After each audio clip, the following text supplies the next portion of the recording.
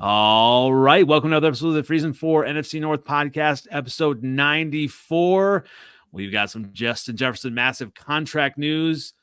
We're going to throw some shade at Jordan Addison. Got to do that for the Vikings fans and everyone hype train McCarthy, JJ McCarthy, and what they think of this upcoming season. Some division OTA news, and we've got some new old friends, some old friends, and just a lot of fun after being gone for a couple weeks. I know I've got my studious look on now, so I've got my stats ready, and welcome back, Dale from Average Cheese.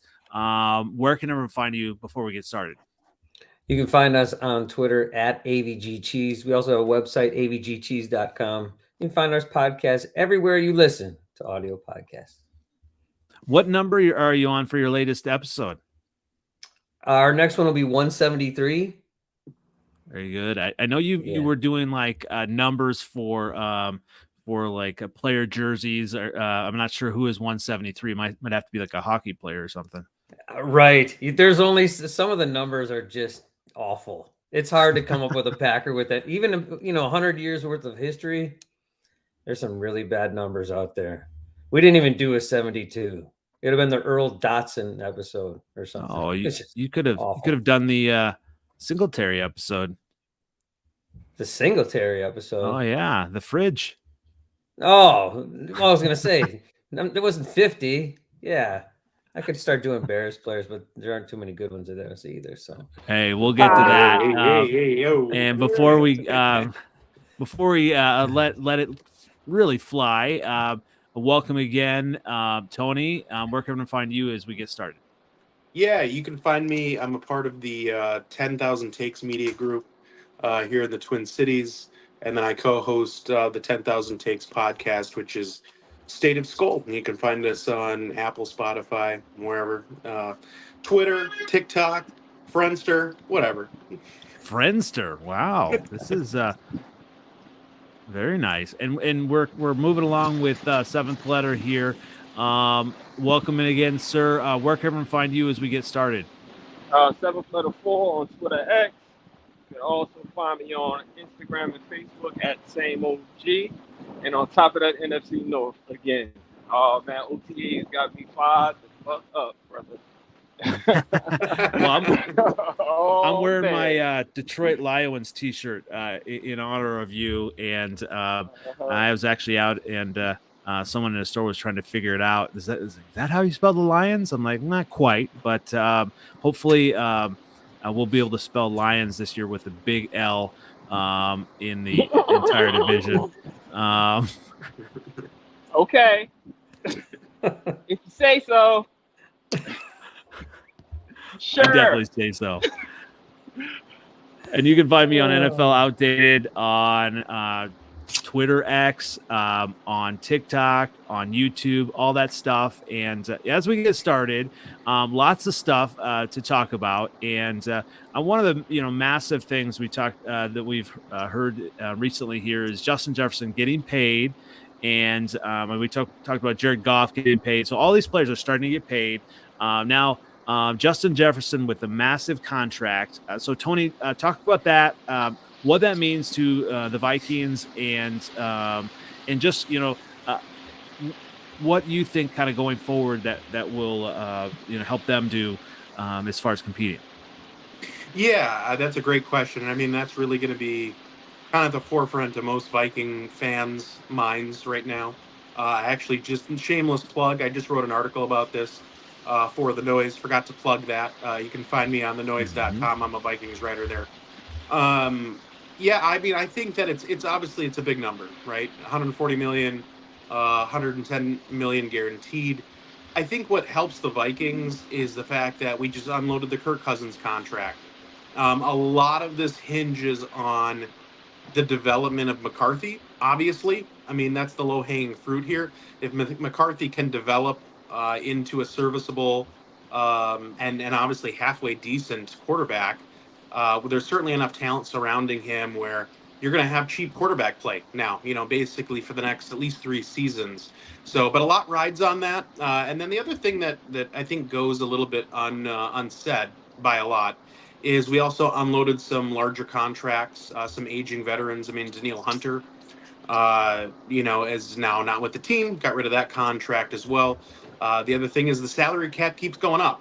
So, it's a big number, but we're getting cheap, and especially cheaper at the most important position at quarterback. So as things stand right now, if everything goes to plan, I really don't think it's going to hinder the Vikings' ability to build towards the future. This team is not building for 2024. They're really building for 2025 and beyond.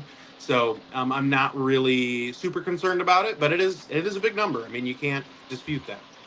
So I like that you pointed that out, that they're not, building for 2024. And I think, that was hard for me a couple years ago, to just come to that realization, go to the season, that that wasn't the year. There's so much that the Vikings need to do. I know we got, a lot of Vikings fans are, all in on McCarthy, which understandable, but 2024 is not the year that you expect playoffs, right? Yeah, no, I think ceiling. I actually was just talking to somebody about this today. I was over at the Vikings headquarters for work. Ceiling, I put the Vikings at, I think if everything goes well, maybe 8 wins, and I think that's ceiling. Good enough where final weeks of the season, it's like, could they do something weird to get a final, seed here? But I honestly think it's probably somewhere in the realm of 5 to 7 wins, somewhere in there. I think floor would be like 4 wins. I think 4 would be brutal. There's just too much talent not to win at least 4 games. But this is not a playoff team in 2024 unless Sam Darnold decides to be 2017 Case Keenum. But I think it's very unlikely. Sometimes as a fan, it sucks to kind of hear that, the reality wise, but then that's okay. There are steps to becoming relevant again and kind of building. Obviously the Packers do their thing. Hopefully they take a step back this year. We'll see about that. But when you talk about like building, Dale, what were your thoughts when Justin Jefferson got the contract, and do you think this maybe hinders them in the long run in building that team? I mean, it is a big contract, but he's one of the better wide receivers in all of the NFL. So is it worth it? I think it is. The only concern I would have as a Vikings fan is, will that keep him happy long term? Sam Darnold, if Sam Darnold is who we all think he and have seen him play like, Justin Jefferson is not going to be happy no matter how many millions of dollars he's making. I mean, if he can't catch footballs and they're not winning games, that might be a struggle for him. I think he's worth it all day long. Does it hinder them? Sure, it does. But every big contract hinders a team in some way or some form or fashion. But like Tony said, it's the quarterback position really that drives it. If you have an expensive quarterback, that makes things difficult. If the cap keeps going up, that, like he said, that number won't seem so bad. It's when he gets to the end of that contract where you'll see issues, right? It's with every player. They get to the last year or two. It's like they got to make this decision. Is Justin Jefferson worth I don't know what the cap number is at the end of his contract, but it's huge, right? They always backload all these contracts so that the big numbers at the end. They'll have to figure out, is JJ McCarthy in the place where they can do something with him? Do they have to reload again at quarterback? There's so many things out there that will change down the road. But for right now, I mean, he's a great player. You got to give great players money. You just do. Yeah, and even as far as like the football product on the field, I think, and maybe Tony will agree with this as well, just the marketing standpoint, like of having a star player like him. I mean, you go into the Vikings training camp. I mean, they got like a tutorial on the wall of how to do the gritty, and that's all about him. And that was smart, right? I mean, so and he was great, kind of coming out training camp and just being that out front star. You need that as a team, just to get butts in the seats. People don't want to come to watch the team. But yeah, I mean, he is one of the better wide receivers in the NFL, if not the best. So I mean, obviously there's multiple facets to it. With 2024, Tony, would you rather than that JJ just kind of sit and just kind of wait? Or would you want him just to kind of, throw him in, if Darnold struggles, just want to throw him in? Yeah, so my opinion there is I want to see him sit. And what it looks like right now is he will probably be their third string quarterback, would be my guess. Most likely he's going to sit behind Darnold at 1, probably Nick Mullins at 2. I don't think the Vikings will probably want to risk, one injury away with Darnold and then having to thrust him in. I honestly think they're going to take their time, and they're paying Sam Darnold $10 million this year. I mean, that's not a huge number, but that's still a decent chunk of money. So yeah, and everything. I mean, you always have to take everything with a grain of salt when you hear things at a press conference. But O'Connell has basically preached, look, we don't really care so much about the physical reps with McCarthy right now. What we want is the mental reps more than anything. And so it really sounds like they're taking a slow approach, which I think is needed for him. And I think the only thing that I'd be okay with as a fan would be maybe like a Patrick Mahomes-esque rookie year, where maybe he comes in at garbage time and plays like the last game or two at most, just to get him a little experience. But outside of that, I would prefer not to see him at all, except for a preseason. Well, kind of with that, have you seen any physical reps at OTAs, and what are some maybe Vikings OTA points that you're hearing, just as things kind of get going? Yeah, great question. So I have watched some of the film. We're lucky enough that my group has some access to the local radio station that covers the Vikings. So we've been able to get some access to that, and just to some people that are a little bit more in the know than myself. So everything I'm hearing, this is all secondhand, but everything I'm hearing, and then some of the things I have seen on video, is that he's a rookie. At the end of the day, a lot of juice on the ball, and I knew that just from. I mean, you look at the combine and some of the other measurables. I mean, he's got plenty of arm strength, and form looks good. He doesn't have a crazy long release. We're not talking about another Tim Tebow. I think there are a lot of factors there that are good, but he's got to learn the game. I mean, he's been inconsistent, and I mean, look, not to play this card, and I'm not comparing the two players, but boy, how much should we hear about a guy like Jordan Love looking like absolute garbage in training camp and everything else for his first couple of years, and certainly it seemed to turn out okay for them. So it's just some guys need a little more time, and I absolutely think McCarthy's one of those guys. Well, you'll still hear from me that Jordan Love looks like garbage, so I'm going to stay consistent on that. But Dale, I want to throw this question to you first, and then back to you, Tony. Obviously, Jordan Addison, he burst on the scene when Jefferson was out. Had some good games. I think he ended up with like 911 yards. What are your thoughts, Dale, on Jordan Addison, and are some Viking fans maybe overrating him, or what are your thoughts on him? I mean, Jordan Addison doesn't have to be a one receiver in Minnesota, right? So when you think about him as the second guy in that room, he's a very good player, right? He's not going to burn by anybody. Doesn't have elite speed. He's going to play in the slot more often than not. But I mean, he is a good player. He's going to get you that 750 to 1,000 yards pretty consistently, but you need that guy that could be a possession guy. I don't want to just put him in that slot, because I don't think he just is a slot guy, but I think when you look at him in that way, he's a good player. He's not Justin Jefferson, but again, there's like 5 guys in the league that are. He's fine. He's a good player. I mean, do some Viking fans overrate him? Probably. I mean, the Packers fans think Dontavian Wicks is the second coming to Jerry Rice. So, there are fans out there that just think that their guys are better than they actually are. He's a good player.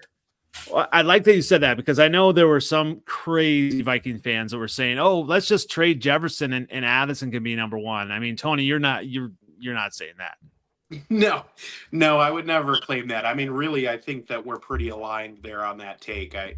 I think that Addison is a talented receiver. I think he benefits obviously from being opposite Justin Jefferson, right?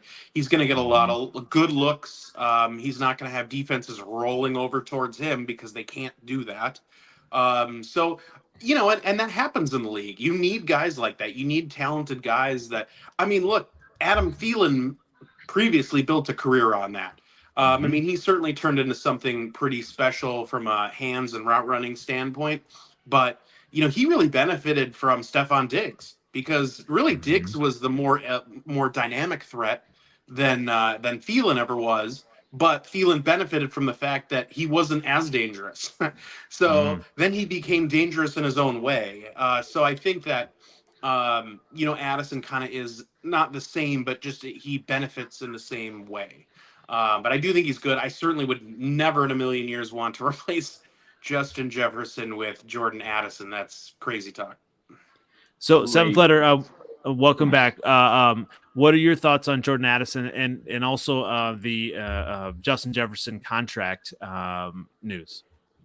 Well, I think Jordan Addison, he kind of reminds me of like Smith from the Eagles, just a good number 2 receiver. Like he's a little bit more explosive than Thielen was, so he's dangerous. Like as far as on offense, I think this offseason, not for nothing, like the Bears and the Vikings had a really, really good offseason because they just got better, like in really important positions. I think with not signing what's homeboy name Hunter, and they added a whole bunch of other pieces to the defense, they'll be a lot more competitive than I imagine.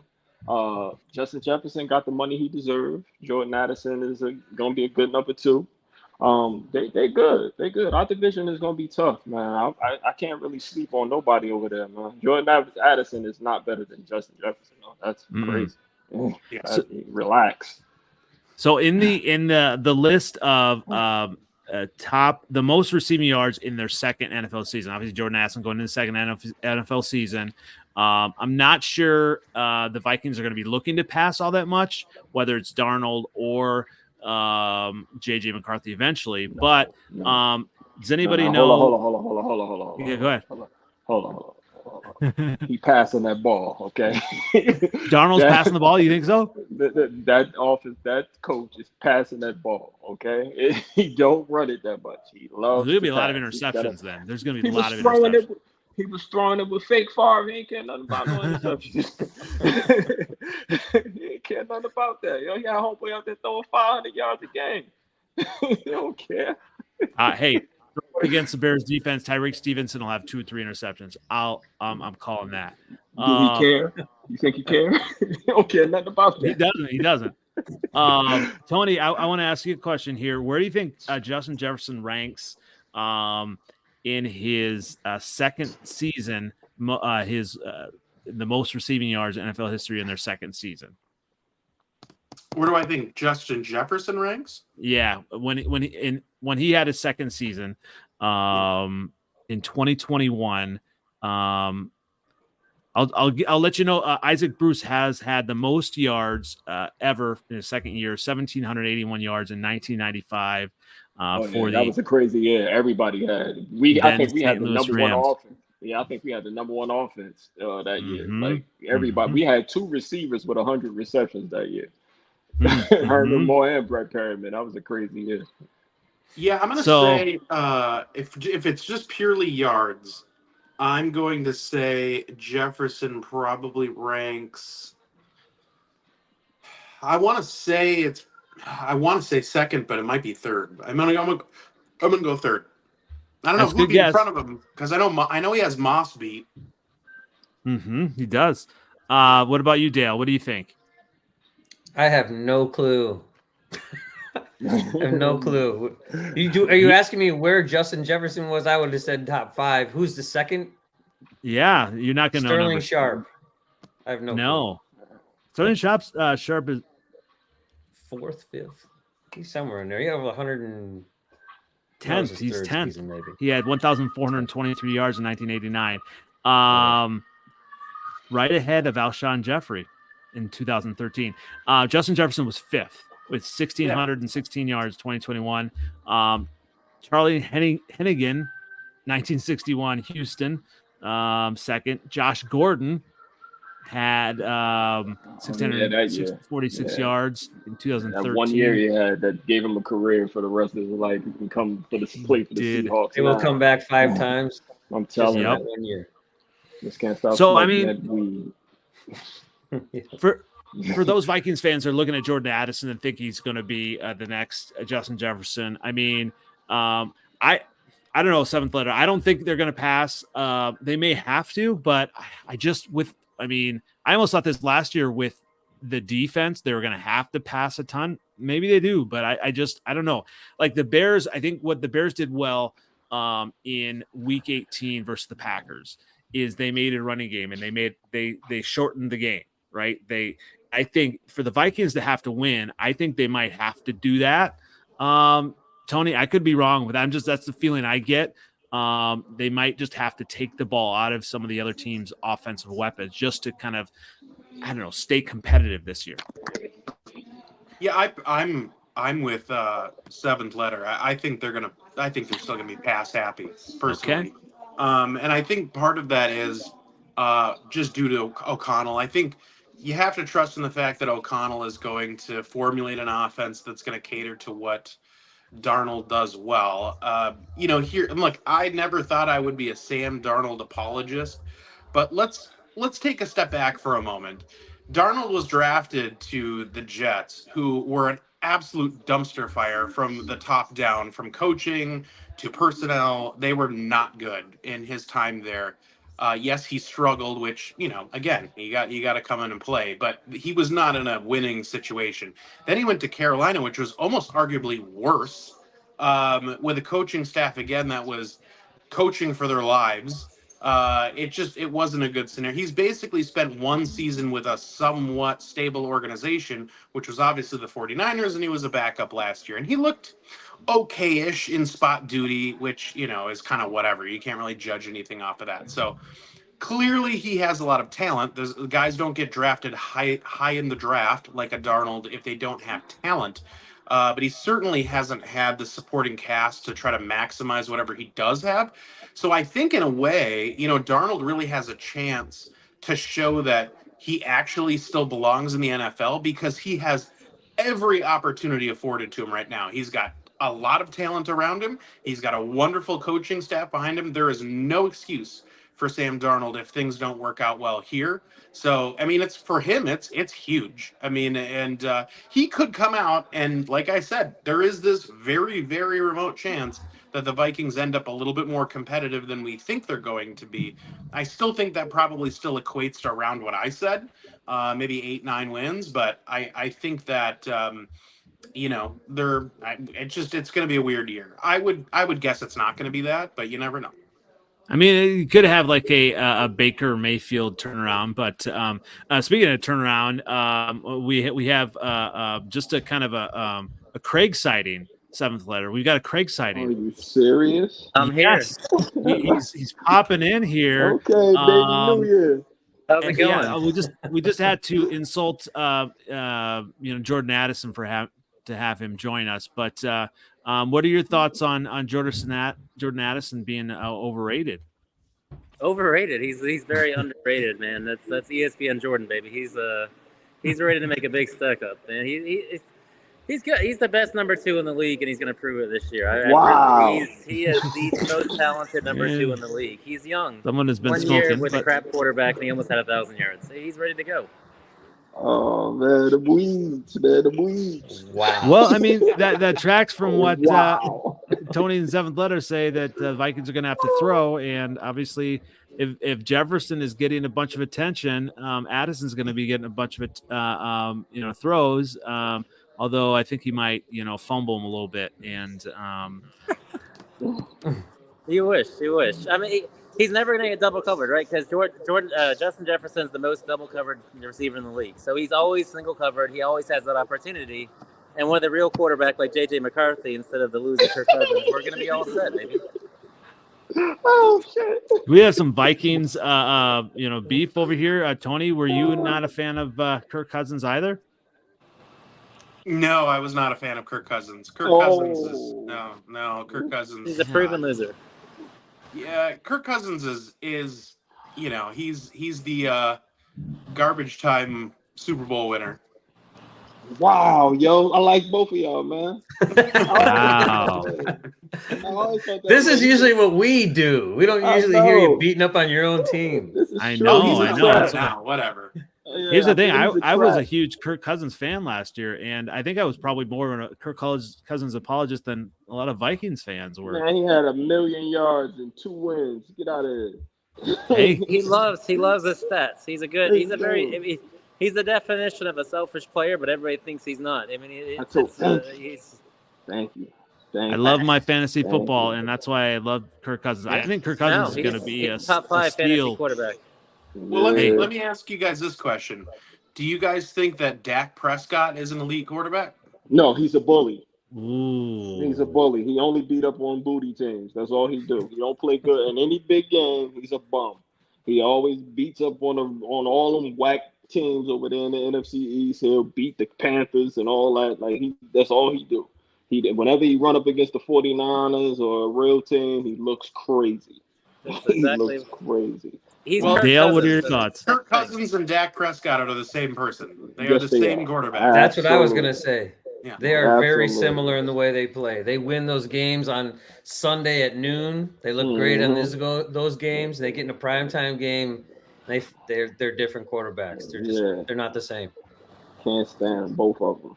Get them both. Well, speaking of quarterbacks, and one that I still think is a little bit mid. But let's go ahead and talk about Jordan Love. Oh, God. Mid. What are you hearing from like contract talks? Is maybe Jordan Love possibly going to sit out the season because he's scared of Caleb Williams in year 1? In week 7, he's going to sit out in that game. Oh, he might. So are they going to get this contract done before the season at all, or what do you hear? I believe so. I believe they're going to get it done. Yeah. Jordan Love is going to be in the $55 to $60 million range. That's where I think he's at. Nuts. Yes. You heard it here first. Probably not first, but I'm telling you right now, I know he's going to get more than Goff. Yes. He's going to get more than Goff because of the potential to be a quarterback, not on what he's done. Jared Goff has got I hope so. I hope you're right because, man, that'd be an overpay. Okay. Wow. We'll see. 7th letter. You start looking at those numbers, though. What I tell you, man, life ain't fair, man. Life ain't fair. They got another one, bro. They got another one. I don't think. Just because they're going to pay him a bunch of money doesn't mean they got another one. So man, did you watch the last 10 weeks of this season? No. He went out there and bust you gotta, like I always say, every week. I had to keep on telling you this, Andy. It's not how he is, who he beat and who he played good against. He played well against every good team he played. He beat us. He beat the Chiefs. He beat the shit out the Cowboys, and he destroyed the Giants. A good team. The Packers can't beat the Giants. I don't know what it is. There's some juju or something going on over there in East Rutherford. I don't know. But whenever they play the Giants, it don't matter who it is. They blew out when they had Aaron. Right. When they played Aaron Rodgers in the playoffs, they shut him out of something crazy when they was like 15-1. Like they just know how to beat the Packers. It is what it is. I just think it comes down to this. The 2 top teams in this division, and I'm going to make a lot of enemies here, so I'm sorry, fellas. The 2 top teams in this division have the same problem for different reasons. The Lions have to prove that they're not just the same Lions and can't just have one good season and then slip back into crap. The Packers need to prove that they have a quarterback that is good enough to just not be good for half a season. Like that's because there's a lot of quarterbacks that have good seasons for a half a season. Oh my God! I just told you Case Keenum went 13-1 and brought us to the NFC Championship game. Mm-hmm. And those I'm are not saying they're not talented. Guys. I'm not saying they're not talented, but you got to give me. It's just it's too small of a sample size. Now, if he does really well this year, then hey, he's here and he's here to stay. But don't be surprised because look, I'll take it. I'll put it back on my own team. Look at the way that the Vikings defense played for most of last year. And then the last 4 weeks of the season, they figured it out, and we got our asses handed to us, right? Guess what every defensive coordinator is going to be doing this offseason going to next season? Trying to figure out Jordan Love. So if they figure him out and it sucks, well, oh well. If they can't and he still prevails, I mean, then you got something. And, I mean, it's to be seen. I'm not saying it is or isn't.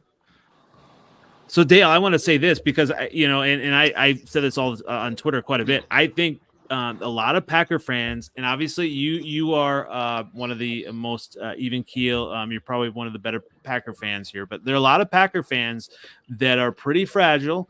And if what if Jordan Love comes out week 1, week 2, lays a stinker, right? What if he comes out? I mean, what's going to be happening within the fandom? I mean, does he have to kind of come out, firing because of the way they ended the season, because of the expectations now? I mean, because of this contract, or, I mean, what if he just comes off to a slow start, like similar to last year?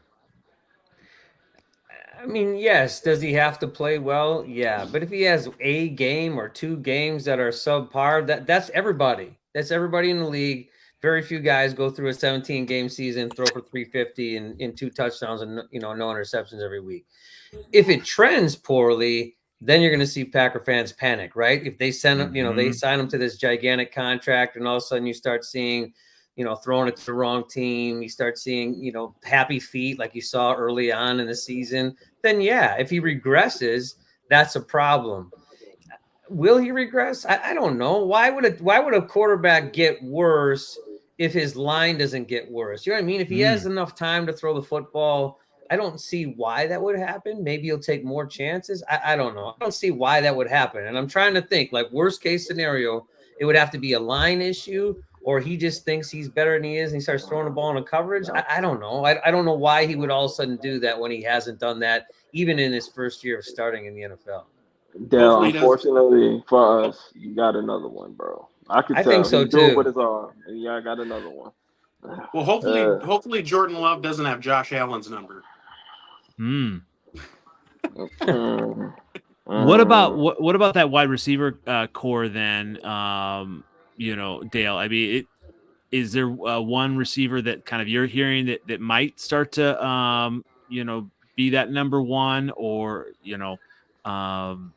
what are you hearing about that from like OTAs? I mean, Packer fans want Christian Watson to be a number one, right? Like, he's the guy with the biggest pedigree, the most athletic ability out of all of them. But honestly, after watching Aaron Rodgers pitch the ball to Devontae Adams over and over and over and over and over again, I'd love to see what I saw last year. Right. Just spread the ball around, throw it to the guy who's actually open. That's what makes your offense better, right? Exactly. I mean, I can't say that any one of the Packers receivers is even in the league of Devontae Adams, but it doesn't matter if the quarterback is not just focusing on one guy. When you got 4 guys that can get open, that's a problem for everybody. I don't care how good your defense is.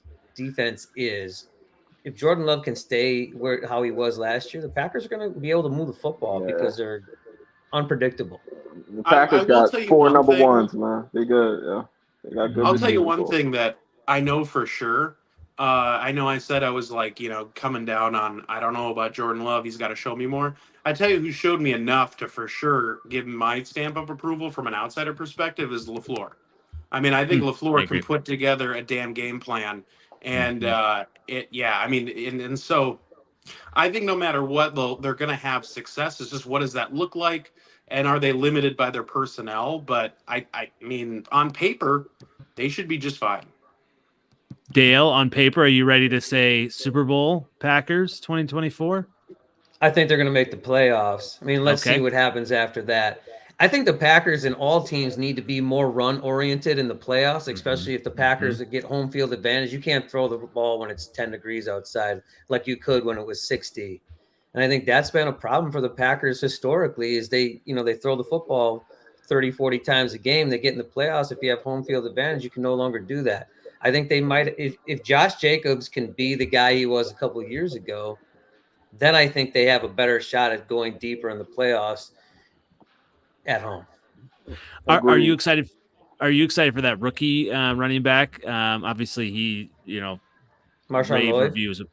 Rave reviews about him. I mean, he looks. If you watch him run, he looks like Josh Jacobs Jr. They have the same sort of running style. Put your foot in the ground and go forward. I think that will help the Packers because last year the Packers had Aaron Jones, who I love, and I don't even know if I can watch that game against Minnesota, to be honest. But Aaron Jones and A.J. Dillon were such completely different backs that I think the line struggled with how to block for them. I think if you have three guys that are similar, A.J. Dillon is back, but Marshawn Lloyd and Josh Jacobs, I think if they run similarly, it's easy for guys in front of them to know how to block for those guys. So I think right now, it's May or June or whatever. So it's easy to say that these things could happen, but I hope they do. Yeah, it's interesting because you talk about running backs. Like, I think, what as an outsider, what I thought the Packers, had going for him last year was that Jones was different and just added an extra element to them. But now, if they're all the same, who knows? And we got Craig coming back in here. Craig, you got some we got some feedback here. We'll wait for him to. But yeah, so that's what auto-tune. Yeah, I think he is. So that's what I wonder about, like the Packers as far as running back wise. I mean, if they've got all similar running backs, I'm gonna until the season starts, I'm gonna keep saying I think they're gonna miss Aaron Jones. Oh my God, yes. Aaron Jones is a difference maker. I'm not. I don't know if I think Josh Jacobs is too.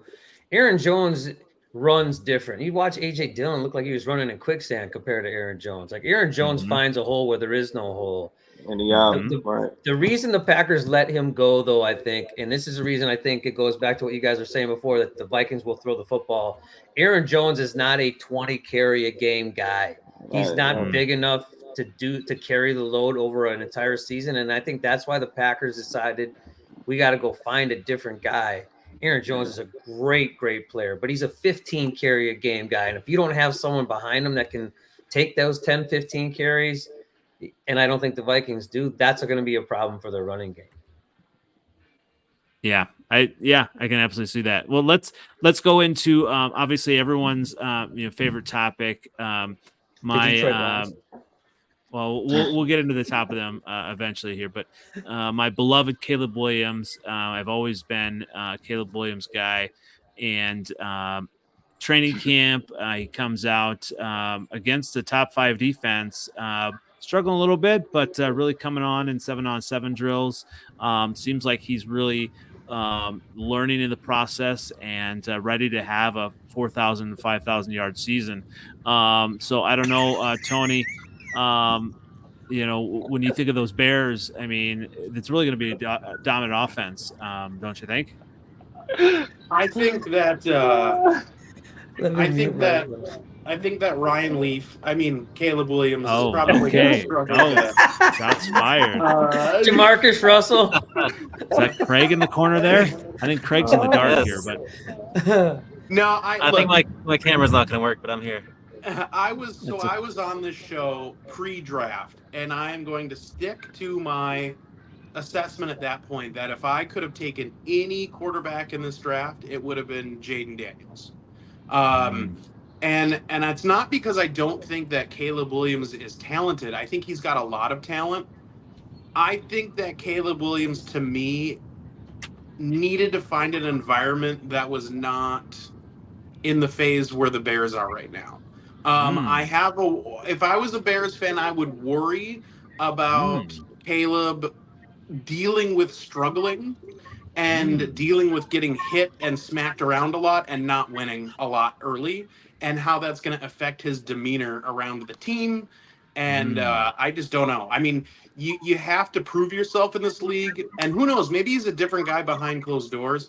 But from everything I see and read and whatever, and you have to, again, take that with a grain of salt, it seems like he's coming in with so much confidence that he thinks he's a superstar. And let me tell you, guys like Keenan Allen, they're not going to deal with a little pouty kid on the sideline because they're not winning. And that's going to impact things pretty poorly. And if that snowballs, it's not going to be good. So I think that's my biggest worry. On paper, the Bears, I will absolutely give them. They are the paper up-and-comers of this division. From a talent perspective, it needs to come together, and I don't know if it will. But that's every team that's young and talented. So I think there's a lot to be optimistic about, but I think because of the youth and the uncertainty, there's a ton of risk and downside too. Seventh letter. What are your thoughts on the offensive juggernaut that's in Chicago? Like I said, like you just said, but y'all look real good on paper, man. I just hope they protect them and it works out. You know what I'm saying? Like just so you feel a little better in September, man. I just want y'all to beat the Packers. That's all. I ain't too much worried about y'all. Just beat the Packers, all right? That's all. That's all. Actually, yeah, 2 great points. The offensive line, that is the thing that I worry about. Obviously, Bears are going. Caleb's going against a fantastic top 5 defense. In 7 on 7. I wasn't worried about I wasn't worried about the OTA thing. Like this is his first time playing against an NFL. First time. Of course time. he's going to struggle. So I wasn't really, I didn't take much into that. That was just probably good. Iron sharpens iron. You know what I'm saying? He'll be a good quarterback. He has the moxie. He got everything you're looking for in a starting quarterback. So. Yeah, Tony, I know you said him pouting and stuff, but like you look at him, like he is different than any other Bears, any other quarterback really. Like he's wearing these like bell bottom jean pants, hitting BP with the Chicago Cubs. He doesn't care about anything, but he also is showing that like he didn't throw out the first pitch with the White Sox or the Cubs. He let other players do it. So it seems like he is kind of taking a back seat and being a good teammate. But I mean, obviously you never know with a rookie quarterback or a first-year starter. Like, a lot of Packers fans like to say Jordan Love, obviously. Are you buying any Caleb hype, Dale, at all?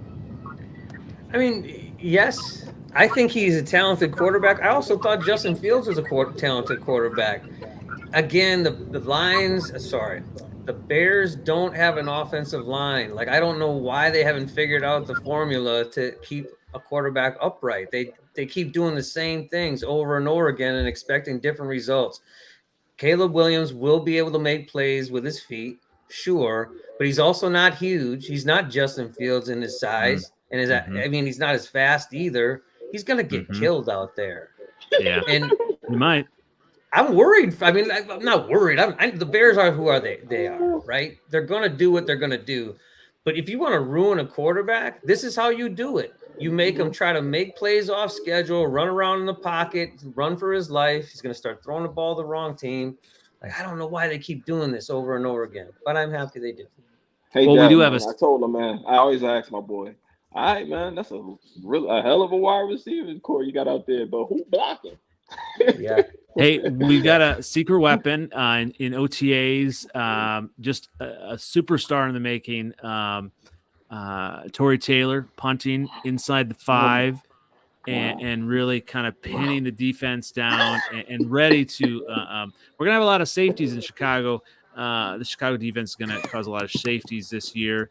We might, the offensive, might be trying to first few games kind of getting in a flow. We might win some things defensively, but by midseason, I think the Bears are going to come.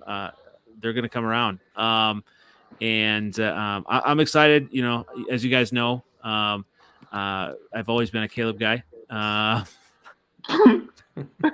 He's grown, but I'm grown. I want to get back, Tony, what you said in listening to shout out to CHGO, the Bears podcast. I've listened to them a lot, and just hearing from some of those guys, they talk about Jaden Daniels almost being similar to Justin Fields, where he can only read half the field. And so like that, I do kind of see a lot of that of maybe those are some of Justin Fields' limitations. And hopefully, he adjusts in Pittsburgh and I wish him nothing but the best. But when you look at a quarterback like Caleb Williams, seeing the full field, You know, I don't know, you know, how much you've really studied Jordan Love, Dale, but I mean, do you think that Jordan Love really sees the full field well?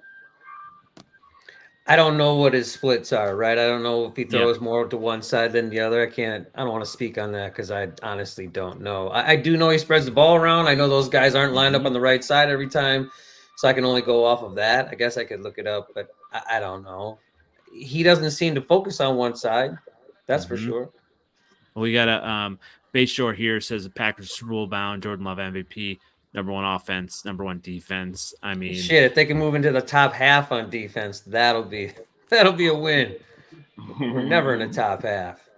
I will be. Well, obviously, we'll see how the Bears and the Packers do, but let's go ahead and move to. Hopefully, we didn't lose you. Seventh letter. You still there? He's not. Let's talk Lions, though. We can talk Lions. We can talk Tony Lions. knows about the Lions too. Well, yeah. So let's go here. You know, Detroit Lions. You know, they were the story last year of the division, and I don't know. When you look at Dale, when you look at the Lions this year, are you you know, thinking they're going to be able to replicate last year? Who talking Go to me? ahead. Yeah, he should be talking to you. All right, Go you're ahead. back. You're back now. Okay. All right, yeah, seventh letter's back. All right. All right. Well, listen, man. And not only are we going to replicate what we did last year, it's going to be even better because I can cover now and it's over. I don't want to hear none of this mess about my cornerbacks this year. We can cover now. We can play teams straight up. My linebackers ain't got to have a back turn. We ain't got to put all those people in a box and stop the run no more. It's over.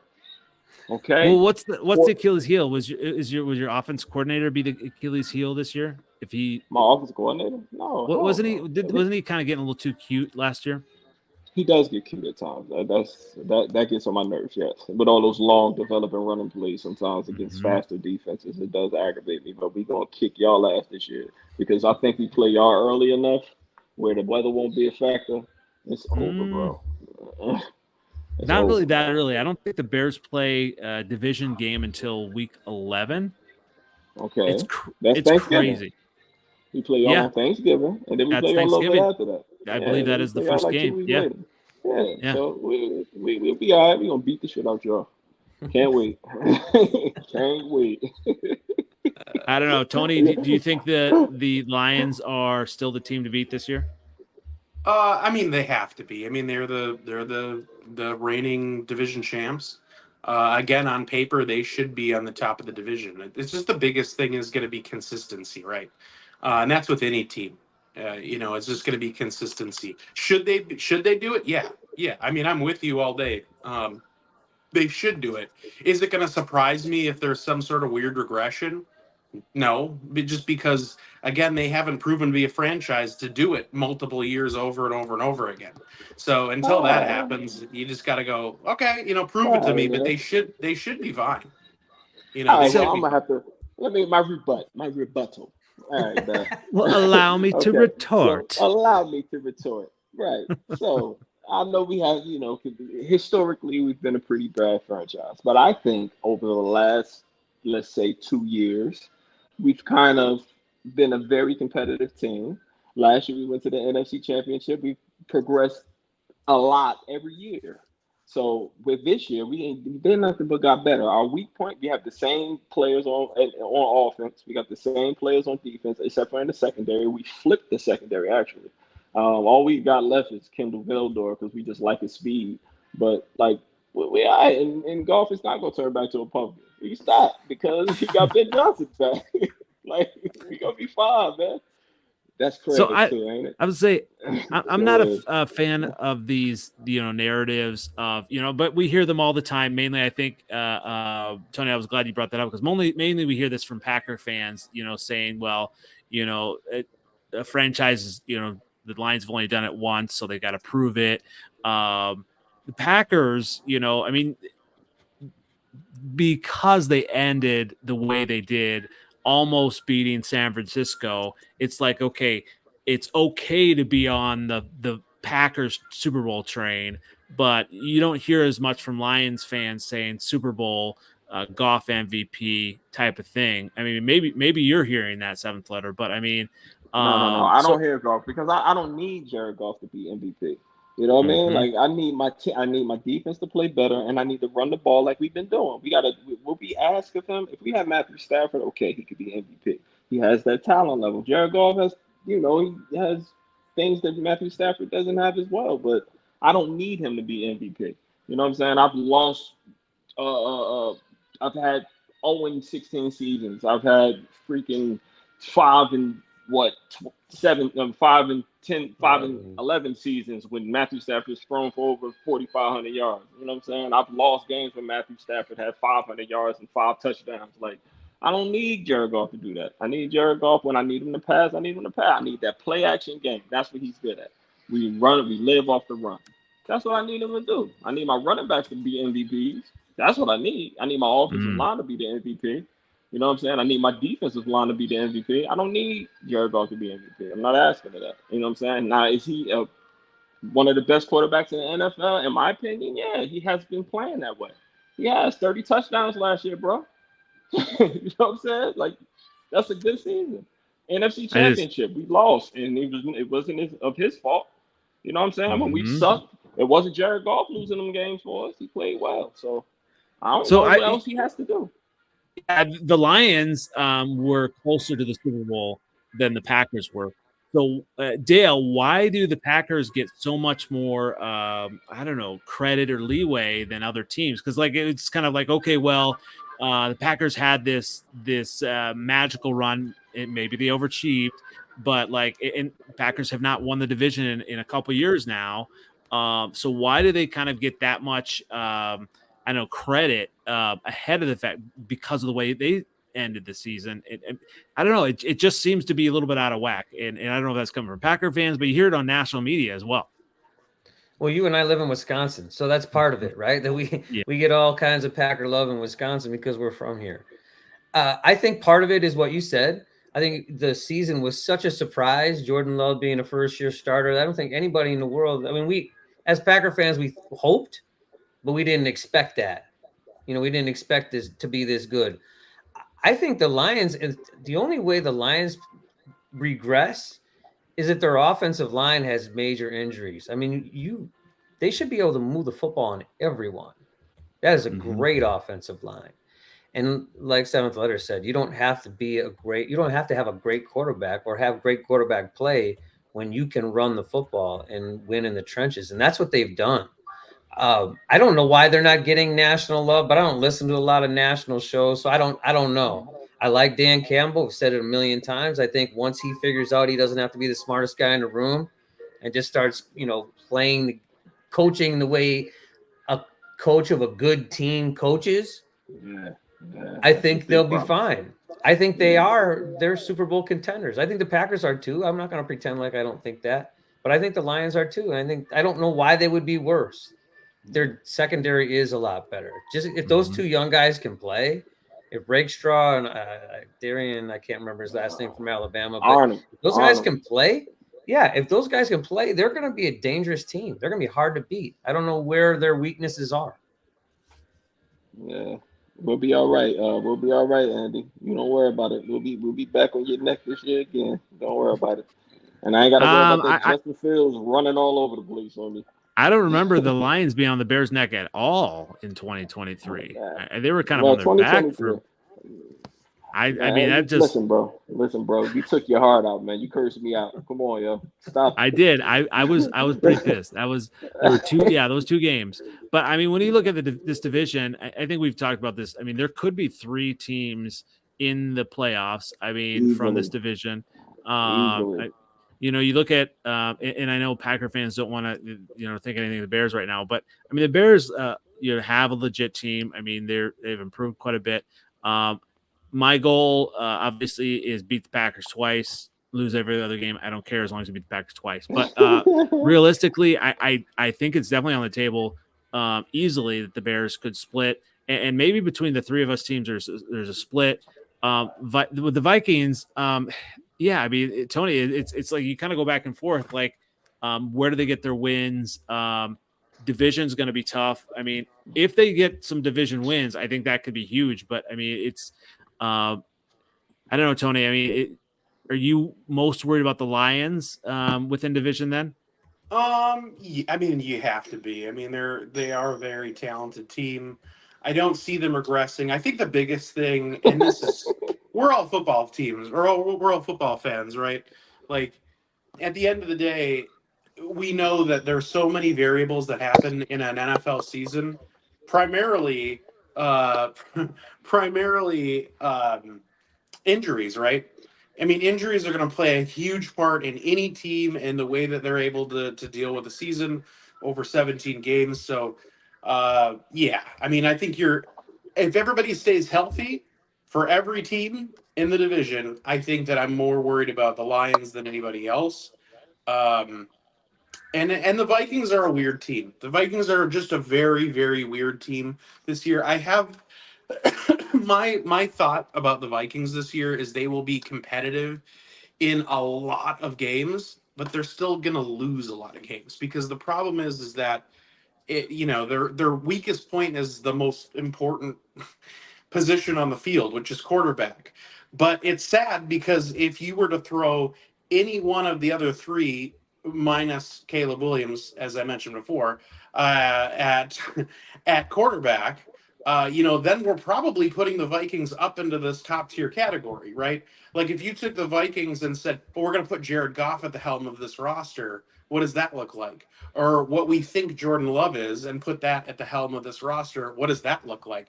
So if you start thinking about it in those terms of just single player movement, you go, well, how is this team actually going to lose less than like 6 games? You know what I mean? Or 7 games. I just think this team is going to be competitive, but we're going to lose a lot of like weird 1-score games because we just don't have the quarterback play to put them over the top when it matters. Did you just say what I thought you said? That did you just say JJ's better than Caleb? No, I just know that Sam Darnold can throw a football and not crumble on the field.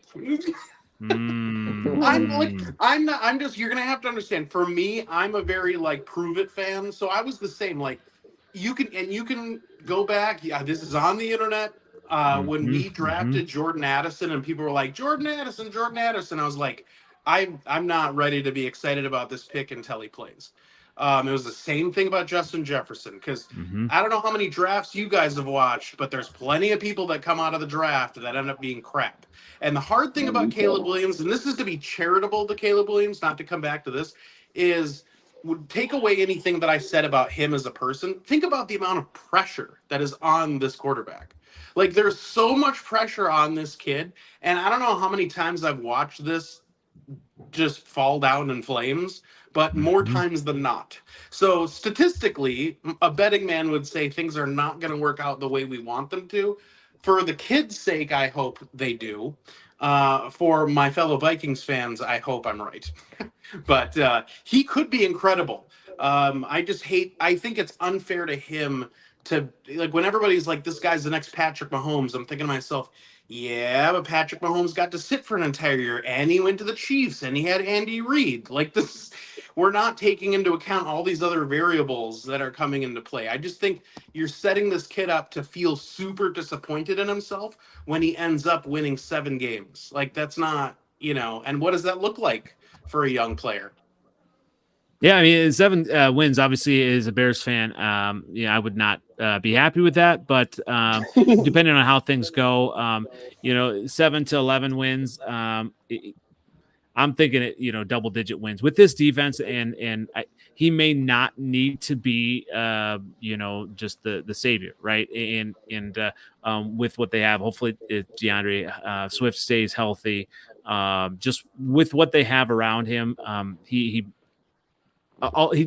just needs to do his job, Yeah, and I'll say this too, to be fair to the Bears personnel, I think if they do falter this year, I don't think it's because of the talent. I think it's squarely on the coaching staff. Oh, absolutely. Yeah, if he gets if the Bears get 6 to 7 wins, Flus is going to be gone, and and that's not what. I was ready for Flus to be done, but I think for continuity, if they can really turn around with Shane Waldron, new offensive coordinator, I think if the Bears do good, 10-11 wins, Flus is going to be getting a contract extension, which is crazy thinking of what happened. That man went out there. He went out there and got a haircut and some cargo pants to get fired next year, man. I'm gonna fuck out of here. I'm gonna make a lot of I'm gonna make a lot of Packer fans happy when I say this. Remember when I did the little thought experiment about putting different quarterbacks in the Vikings roster? If you were to take Matt LaFleur and put him at the head of the Bears, I'd be much more scared. Much more scared. I absolutely agree. And if anybody's followed me on Twitter X, they know that's anytime Jordan Love does good. I also say it's Matt LaFleur, how good he is.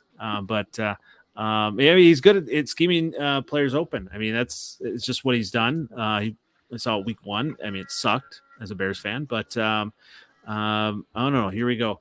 Craig is just on it. Here we go. We'll let Craig have his thing. Bears have worst defensive line in the league.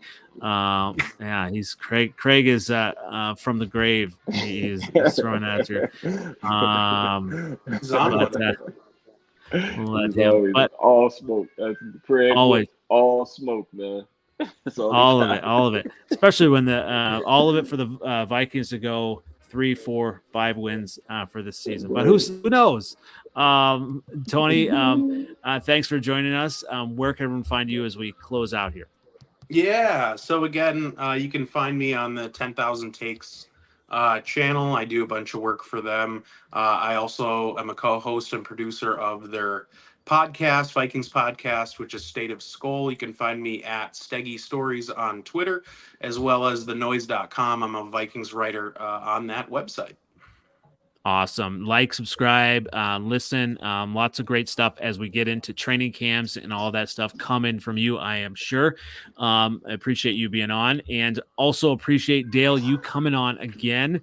Always love you having you on, even though we are on the opposite side of the aisle here. The Bears aisle is, I think, a little bit more exciting this time of year, but it always is this time of the year. I was waiting for that. Where can everyone find you and your podcast? You can find our podcast anywhere you want to listen to a podcast, AVG Cheese. Find us on Twitter, AVG Cheese, and avgcheese.com. And one of your cohorts is across the pond, right? Yeah, Peter's from the UK. He's the smart one on our podcast. If you listen to us, he's the one spouting the facts. My buddy Todd and I just talk all the shit. Just so he's gonna go watch the Bears this year, right? I think he will. Yeah. When they go overseas, he only lives like 25 minutes from there, 30 minutes from there. So crazy. Gonna be a great experience. And we'll talk a little bit next week. About the Bears being on Hard Knocks. That'll be a topic we'll kind of go into next week, along with some other things as well.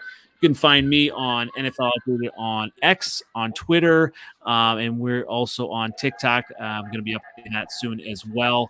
So like, subscribe, all of that. And where can everyone find you as we finish up here, 7th letter? 7th letter 4 on Twitter X. Same OG on Instagram and Facebook. Back on top of the NFC North once again. Hey, we got to give you that. Well, hey, I am probably the only one who is giving you props because I think the Lions. I think the Lions can do it again. But hey, you know what? The Bears are coming. The Bears are coming for everyone. All of you. We're coming. Caleb is coming. He's coming. On themselves. Is he? Oh man. Oh. I feel like that's a mic drop on that one. Yeah, you should just cut it right here. Just go to black right there. Once again, this has been the Freezin 4 NFC North Podcast, episode 94. Seventh letter. Love you guys. I love it. This is a family You show. say that every time. Oh, man, Justin Jefferson, massive contract. We'll see how that pans out. Lots to go this off season. Thanks again, guys, and we'll catch you again next week. Have a great night. For sure. Have a good night, y'all. See ya.